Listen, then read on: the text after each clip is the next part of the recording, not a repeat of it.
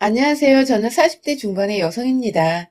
매번 글을 보내보려 썼다가 지우개 반복하며 마음으로만 늘 수백 번도 사연을 더 보내봤던 것 같은데 이번엔 정말 작정하고서 2020년에 제 마지막 일과라는 생각으로 다시 한번 도전을 해보네요. 쓰기까지 많은 용기와 결단이 필요했는데 욕보다는 진심 어린 질타와 응원 부탁드립니다. 물론 여기서 욕은 저 말고 제가 앞으로 써내려갈 사람에 대한 욕을 말합니다. 저는 23살에 남편과 맞선을 보고서 곧장 다음 해에 시집을 왔으니 어느새 결혼한 지가 20년이 넘었습니다. 참 어리고도 세상에 대해 아는 것이 없었던 철없던 때에 덜컥 새 신부가 되어버렸죠. 그땐 세상이 그리 옛날도 아니었고 저희 부모님이나 남편 그리고 시댁까지 모두 교육은 제대로 받으셨던 분들이어서 충분히 공부하고 직장도 얻고 하고 싶은 것을 해보다가 늦지막히 결혼을 해도 되는 시기였어요. 하지만 그 당시 저는 무슨 이유에서인지 대학 졸업을 하고도 하고 싶은 것, 그렇다고 할 줄 아는 것이 정말 한 개도 없었고, 무능력하고 기댈 것이 없다고 생각되는 저 스스로를 마주하는 일은 생각보다 더 괴롭고 비참했습니다. 친구들은 저마다 취업을 하거나 어학연수를 떠나고, 심지어 연애를 해도 인생 고민이란 걸 할 틈도 없이 다들 즐겁게 하던데, 제게는 옆에 사랑한다는 말할 수 있는 짝도 없고, 뭣도 없고, 정말 기껏 대학까지 나와놓고서 이뤄놓은 것이 하나 없는 어린 여자애였죠. 아마 저희 친정 부모님은 이런 저의 상황을 누구보다 먼저 눈치채셨을 것 같아요. 매일 보는 딸아이의 얼굴이 날이 갈수록 암울해져 가고 있으니 본인들 머릿속도 무지하게 복잡했을 겁니다. 자식이라고는 아들 하나 딸 하나, 그러니까 제가 부모님께는 사랑하는 막내딸이자 늦둥이 애기였는데 자식의 앞날 걱정하며 마음고생하는 꼴이 본인들 입장에선 절대로 두고만 볼 수가 없었던 것이죠. 그때부터 저희 엄마는 미친 듯이 제게 남자친구를 만들어주고자 맞선 자리를 주선하고 다니셨어요. 더 정확히는 제가 결혼할 사람을 만나 그냥 시집을 가는 게 낫다고 생각을 하셨던 것이죠. 정말 안 만나본 사람이 없었습니다. 아빠가 개인병원에서 페이닥토 일하시는 의사셨는데 그 덕인지 아빠와 같은 직종의 전문직 종사자들도 만나봤고 아빠 후배의 아들이란 사람도 만나봤고 그도 성에 안 차니 아예 직종을 바꿔서 인문계열 회사원이나 연구원 등 세일 수도 없이 많은 사람들을 무작정 끌려나가 만나봤어요. 여러분, 생각을 해보세요. 제가 겨우 20대 초반에 벗어났었는데 남자 보는 눈이 제대로 있었겠습니까? 그저 외모가 내 스타일이고 대화가 잘 통해야 이 사람이 최고네 하면서 금사빠처럼 빠져버릴 때였죠. 이걸 간과하지 말았어야 했는데 저희 부모님은 그저 딸이 얼른 시집가서 좋아하는 남자 옆에서 내조나 하며 편하게 살길 바라셨던 바람에 직업 좀 괜찮다는 사람은 죄다 제게 소개를 해주셨고 저도 결국 그게 부모님의 마지막 바라기란 거 알아서인지 어떻게든 상대를 찾아보려 하다가 진짜로 찾았습니다. 지금의 남편, 저와는 20년을 함께 살고 있고 고생은 좀 했지만 자식도 셋이나 낳아서 지지고 볶고 잘 살고 있는 우리 신랑 말이죠.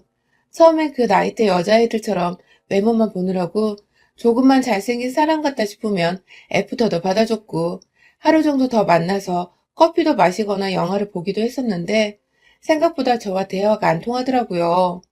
난 꼭 잘생긴 남편을 두고 싶은데 말이 너무 답답하고 통하질 않으니 저도 슬슬 시행착오란 게 이런 거구나 싶더라고요. 대학 졸업하고 나서도 쭉 맞선을 보기만 하길 2달 정도 되었나? 새로운 상대 만나러 나가는 길도 이제 너무 부담스럽고 따분하기까지 하고 내가 그가 너무 겉모습만 봤나 싶어서 살짝 반성을 하던 그때 우리 남편이 나타났어요. 외모는 그냥 딱 보통의 남자였는데 사람 참 깔끔하고 단정한 것이 볼수록 좋더라고요. 거기다가 다른 남자들과는 달리 저와의 대화가 참 잘 통했다는 점이 절 단시간에 남편에게 빠져버리게 만들었죠. 개그 코드가 똑같아서 지나가다 어느 취객이 트럼을 꺽 하고 지나쳤는데 그걸 기분 나빠해야 하는데 둘이서 웃겨 죽겠다며 길목 한가운데서 배꼽 잡고 웃은 것부터 시작해서 서로의 이름을 서로가 처음부터 잘못 알고 있어서 틀린 이름으로 부르다가 뒤늦게야 통성명 제대로 하고서는 또 그게 웃기다고 껄껄거리고 있고 한마디로 남이 안 오는 지점에서 둘이서만 웃겨 죽으려 한다는 것 자체가 유머 코드가 아주 잘 통한다는 것이었죠. 그렇게 남편과는 처음부터 결혼을 전제로 한 맞선이었기에 연인이 되기로 한 후 곧장 결혼 준비에 돌입했고 그때부터 사귄 지 한 달도 되지 않았는데 서로의 부모님께 인사도 드리고 양가 부모님을 모셔놓고 상견례까지 치러버렸습니다. 애초에 양가 부모님도 저희가 결혼을 전제로 만나러 나간다는 사실을 아셨기에 크게 놀라실 것도 없으셨고 저희는 순식간에 척척 결혼식까지 완료하고는 정신 차려보니 신혼집에 들어가 있는 신혼부부가 되었어요. 분명 얼마 전까지 졸업 후 뭘 해야 할지 몰라서 답답해하고 있던 저였는데 참 인생은 한 치 앞을 알 수 없는 것이라는 걸 그때 전 몸소 체험할 수 있었죠. 그렇게 시집을 오니 참 좋았어요. 양가 부모님이 경제적 여유가 있어서 신혼집이며 새로운 살림의 시작 단계가 비교적 모두 다 수월했고 시부모님께서도 참 쿨하게 뭔가 신세대 같아 보였던 것이 시집 잘 갔다는 생각도 많이 들었었죠. 특히 시어머니는 처음 신혼집을 구할 적부터 살림살이 채울 때 저희 엄마와 함께 셋이서 다니시면서 꼭 친정 식구도 같다면서 무척이나 즐거워하셨어요. 잘 지내주는 양가 어른들 모습에 저도 신랑도 무척 감사했고요. 그런데 이랬던 보통의 가정이 어느 순간부터 깨지기 시작했던 것은 바로 작년 초 시아버지가 지병으로 돌아가시고 시어머님은 자연스레 외동아들인 저희 남편이 모시게 된 후부터예요. 그간 시어머니와 워낙 잘 지내왔고 또 결혼 생활한 게 벌써 강산이 2번이나 변했었기에 제 아무리 시자가 붙는 사람이라 해도 당연스레 생각하며 시어머니를 집에 모셔왔어요. 방 하나 비워서 어머니 손잡고 다니며 방 꾸미는 것도 함께하고 내내 어머니 건강 생각해서 애들 식단에 남편 밥 그리고 어머님 식사까지 3가지를 챙겨가며 부엌에서 거의 살다시피 하며 살아갔습니다. 애가 셋이다 보니 정말 정신이 없기도 했고 또 하나도 입시 시험을 치를 때가 다 와가다 보니 예민해져 있기도 해서 제가 챙겨야 할 것들이 한둘이 아니었죠. 그런데 시어머니가 저희 집에 들어오시고 한 반년 정도는 정말 저와도 잘 지냈어서 편히 지내시는 줄 알았는데 글쎄 남편한테 제가 어머님 눈치를 줘서 본인 마음이 불편하다는 소리를 하신 겁니다. 전혀 상상도 못한 일이었고 남편을 통해 그 얘기를 듣고는 완전히 뒤통수를 맞은 기분이었죠.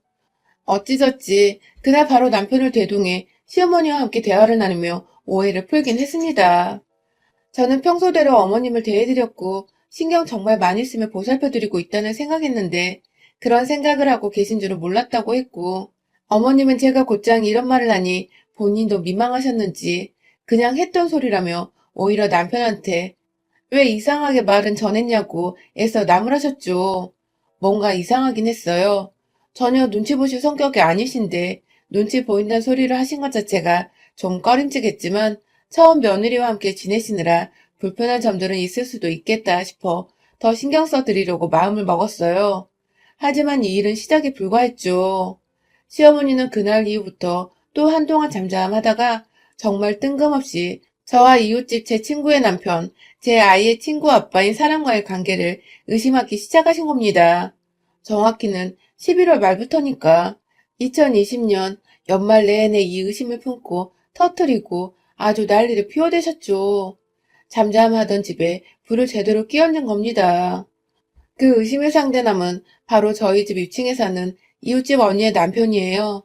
저희 둘째 아이하고 같은 반을 여러 번 해서 알게 된 사이이고 그 집 언니가 저랑 2살 차이라 몇 없는 또래라며 거의 10년을 함께 돌도 없는 동네 절친으로 지내고 있고요.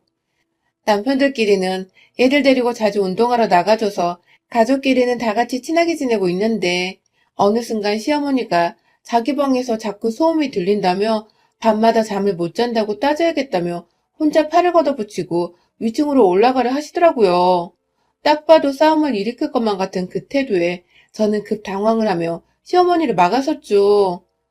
그간 잘 지내고 있었던 이웃 사촌이 있고 한 번도 소음이란 걸 들어본 적이 없는 집인데 갑자기 잠도 못 잘 정도로 들린다고 하시니 분명 오해가 있을 수 있다는 생각을 한 것입니다. 그래서 싸움부터 일으켜 서로 얼굴 붉히기 전 제가 조심히 먼저 말을 꺼내보기로 한 것이죠. 시어머니를 대신해 위층으로 올라가며 도대체 어떻게 말을 해야 할까 무지하게 고민을 했어요. 겨우 문을 두드리니 집에서 언니 말고 언니 남편, 제가 늘 편하게 오빠라고 부르는데 오빠가 문을 대신 열어주더라고요. 저도 그 시간에 보니 반가워서 오, 오빠! 하면서 자연스레 집 안으로 들어갔습니다. 안에서 언니가 들어와! 하면서 제 목소리를 알아채고 불러줬거든요. 들어가서는 최대한 기분 안 나쁘게 시어머니 얘기를 하다가 소음 얘기를 꺼냈어요. 그런데 보니 시어머니 방 위층에 위치한 그 방은 아이들 공부방으로 쓰이고 있어서 밤에 소음 내는 게 불가능한 공간이더라고요. 역시나 시어머니가 무작정 오셔서 화부터 내셨더라면 오해가 쌓여 일이 더 커졌겠다 싶어서 마음의 안도감이 불어왔죠. 언니는 영문도 모르고 소음이 자기 집에서 나는지 확실하지도 않은데 뭐가 그리 미안한지 계속 미안하다고 더 조심하겠다고 사과를 했고 저도 그런 언니한테 너무 미안해서 몇 번이고 우리 시어머니가 나이가 있어서 예민하다며 불편하게 미안하다고 사과를 하다가 좋게 좋게 대화를 마무리 짓고 다시 집으로 돌아왔습니다. 그런데 그날부터 우리 시어머니는 제가 남자 있는 집에 들어가서 한동안 안 나왔다고 그 집 안에서 그 남자랑 무슨 일이 있었는지 모르겠다며 혼자서 미친 사람 마냥 제 불륜을 오해하고서는 막 혼자 모골이 화가 났는지 한참 뚱해 계시다가 결국 그 오해를 혼자 안 풀고 그대로 동네에서 사귄 자기 지인들한테 다 전달을 해버렸더라고요. 단순히 뒷담화를 넘어서 아주 노골적으로 이 소문이 퍼지도록 자기 며느리가 불륜녀가 되는 것을 아랑곳하지 않고 말을 퍼뜨리기 시작했고 결국 이 얘기를 들은 시어머니 친구분들은 또 자기 집에 가서 자기 며느리들한테 퍼뜨리고 그 며느리들은 또 여기저기 자기 아는 사람들한테 말을 전달했을 거고 결국 그 어처구니 없는 소문이 온 아파트 안에 삽시간에 퍼져버렸습니다. 또한 처음 사실과는 다르게 제가 그냥 아파트 안에 어느 유부남과 사귀는 중이라고 집에 와이프 없을 때 안으로 들어가 유부남과 불륜을 저지르는 상간 전문녀라며 조심하라는 그런 어처구니 없는 소문이 정말 집집마다로 다 퍼져버린 것이죠. 정말 순식간에 소문의 당사자, 그것도 애가 셋이나 있는데 불륜의 당사자가 되어버린 이 황당하고 기가 막힌 상황. 더 웃긴 건 전 이 소문의 주인공이 저인 줄도 모르고 그냥 제가 싫어 죽겠는 사람들이 저한테 티 안 내고 어느 미친년이라 돌려 말하며 소문을 전달해 주는데 전 그것도 모르고 혼자 맞장구를 치면서 별 또라이년이네 라고 했답니다. 저를 향해 또라이라고 하니 당시 소문을 전달해 주던 사람들은 얼마나 제가 가소롭고 미웠겠어요. 게다가 장을 보러 가거나 가끔 운동한다고 저녁에 막내 데리고 밖을 나가면 사람들이 인사도 안 받아주고 괜히 저를 한 번씩 더 흘겨보는 것만 같고 마스크를 써서 잘 모르겠지만 사람들 눈에는 제가 완전히 찍혀버린 것만 같았던 너무 기분 나쁜 일들이 연속적으로 일어났어요.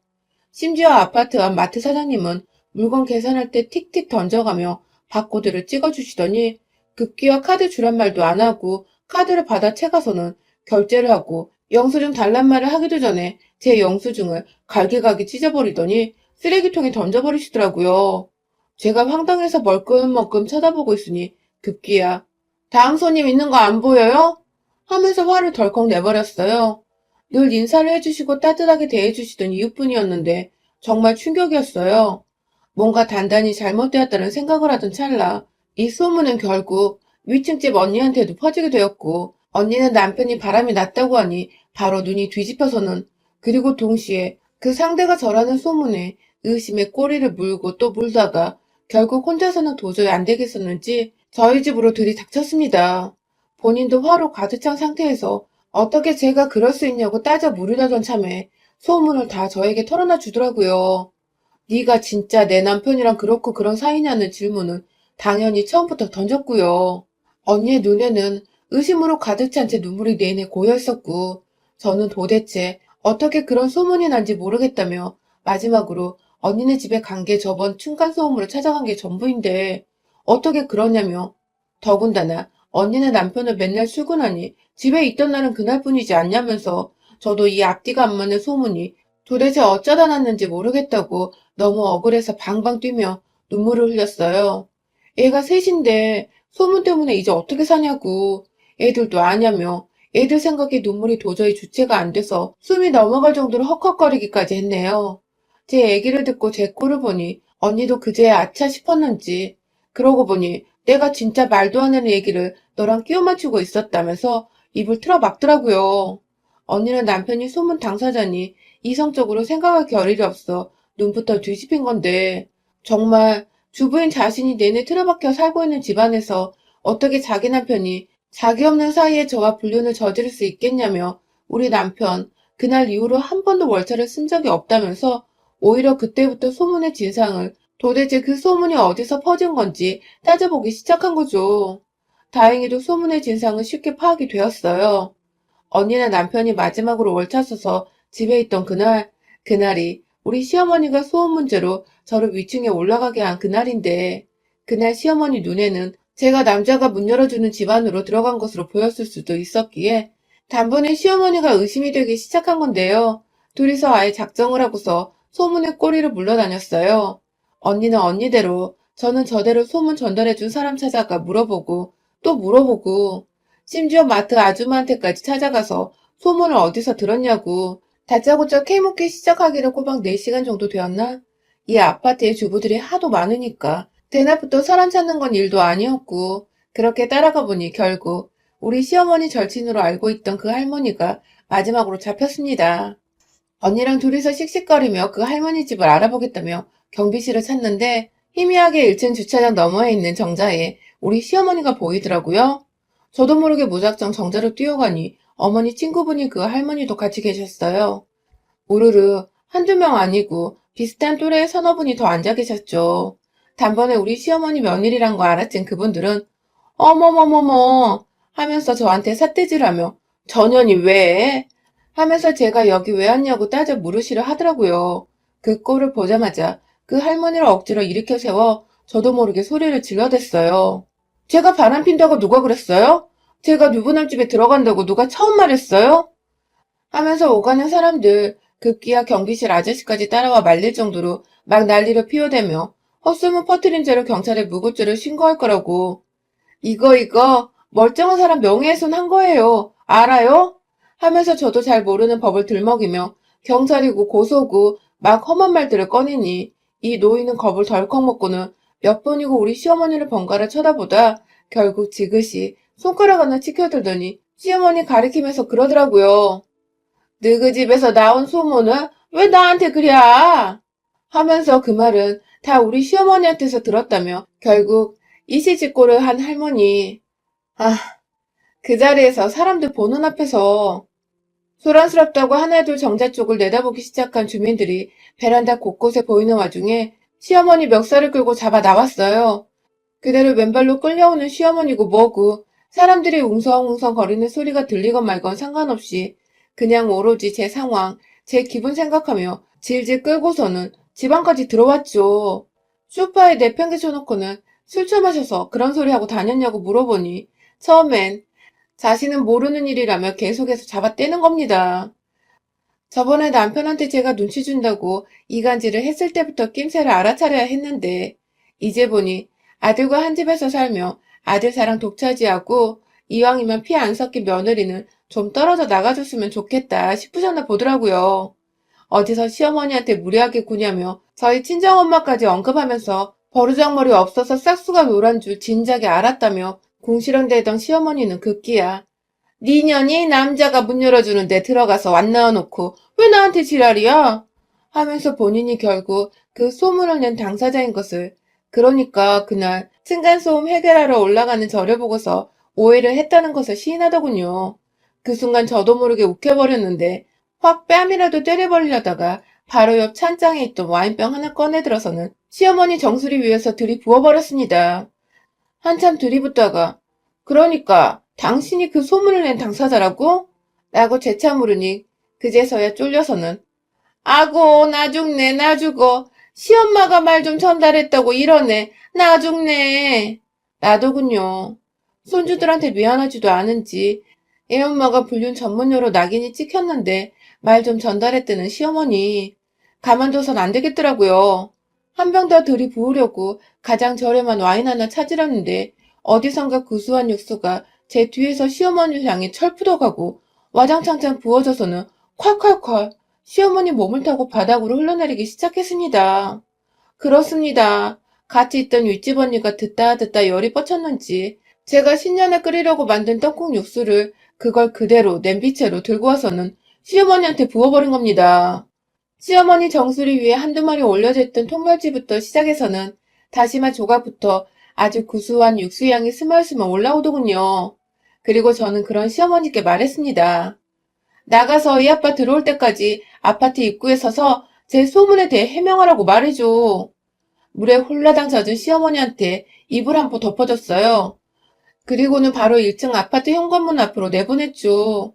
집에 돌아와서는 언니한테 빌린 상자 위에다가 A4 용지를 다다닥 붙여서는 그 위에 글도 적었습니다. 내가 며느리 엿먹이라고 불렸냐라고 헛소문낸 당사자입니다. 며느라 미안하다. 아들아 미안하다. 윗집 부부 미안해요. 하고 말이죠. 언니랑 어찌나 협동심이 좋던지 진짜 순식간에 박스 위에다가 화이트 보드지처럼 글씨까지 완성을 했습니다. 1층 가서 시어머니 품 안에 건네주고 테이프로 어깨에 박스와 붙여 고정을 시키니 제법 그럴싸했어요. 오다 가다 사람들이 무슨 일이냐고 막 쳐다보기 시작하고 글을 읽더니 감이 왔는지 수근수근 대더니 또 시어머니 꼴에 웅성웅성 거리고 그런 사람들 앞에서 헛소리 내면 다음엔 우리 시어머니 말고 당신들 꼴일 줄 알아. 하고는 이왕 시어머니 엿먹인 쌍년이 된 거 완전히 이 구역에 미친년은 나다 하는 광고까지 해놓고는 집으로 씩씩하게 걸어 들어왔습니다. 그날 시어머니는 진짜 추위에 떨며 저 대신 밖에서 소문에 대한 진상규명 퍼포먼스를 펼쳐주시다가 제가 보고 한 시간 후에 집으로 다시 데려왔어요. 이미 동네 사람들도 볼 꼴 다 봤고 시어머니는 추위에 벌벌 떠면서 저한테 하는 첫마디가 그거더군요. 내가 앞으로 잘할게. 라고 말이죠.